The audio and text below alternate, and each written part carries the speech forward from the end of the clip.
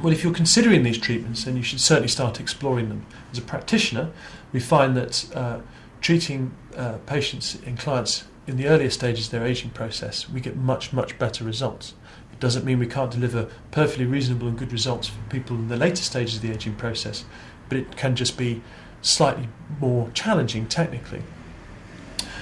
In the first instance, I would perhaps see if you can identify any friends that you may have who may have had treatment and ask what their experiences were like, and if they'd recommend a practitioner.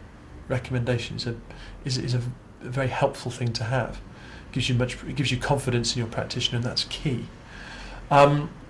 You can certainly do some exploring of the internet, but that's always difficult because the search engines will often generate hits on those high volume clinics, and you'll always be uncertain as to whether you can completely believe the claims that are being made.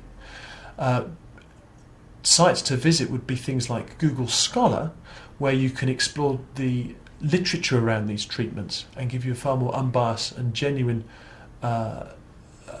expectation on what these treatments can achieve.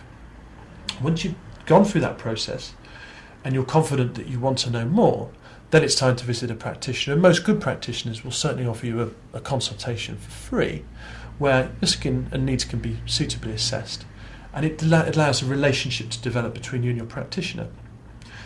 It would be like the relationship you would have with your dentist or your hairdresser. You need someone with whom you can be frank, someone who you can express dissatisfaction if you're not happy with the result, that you can go back and ensure that the result is improved and all future treatments benefit from that experience.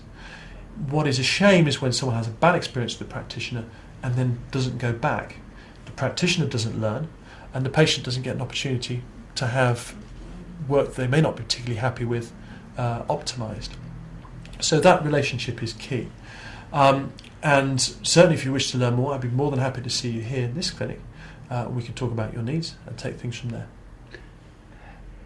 Are the injectable treatments painful? Almost certainly not. Most people find them very easy to tolerate, and a good analogy would be something like as bad as uncomfortable as if you were to have your brows shaped. We use very fine needles. The bore of the needle is similar to what a diabetic would use to inject insulin, so it is the finest size needle we have. And if we were to be injecting into a sensitive area, there are local anaesthetics we can apply.